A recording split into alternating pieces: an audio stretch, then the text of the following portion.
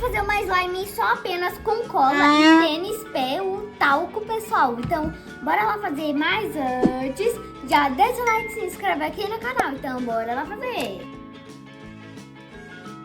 Pessoal, me falaram que o tênis pé, o talco, né, ele ativa a slime. Então, eu tô super curiosa e confesso que eu acho que não vai dar muito certo. Mas vamos lá testar, vamos confiar no processo.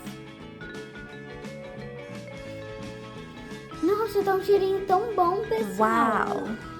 E, pessoal, também me disseram que o talco normal não ativa a slime. Então, depois eu vou fazer um vídeo completinho mostrando pra vocês.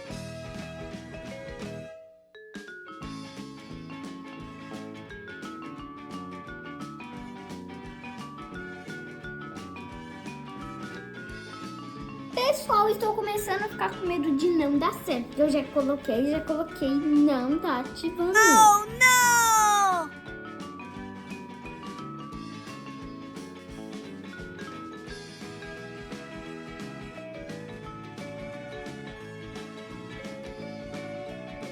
Pessoal, quando a sua slime fica mole, aí você tem que colocar tênis pé. Aí você coloca o tênis pé e ela fica igual uma massinha, não estica igual uma slime, pessoal. Pessoal, vou colocar um pouquinho de cola e um pouquinho de ativador pra gente ver se vai virar uma slime.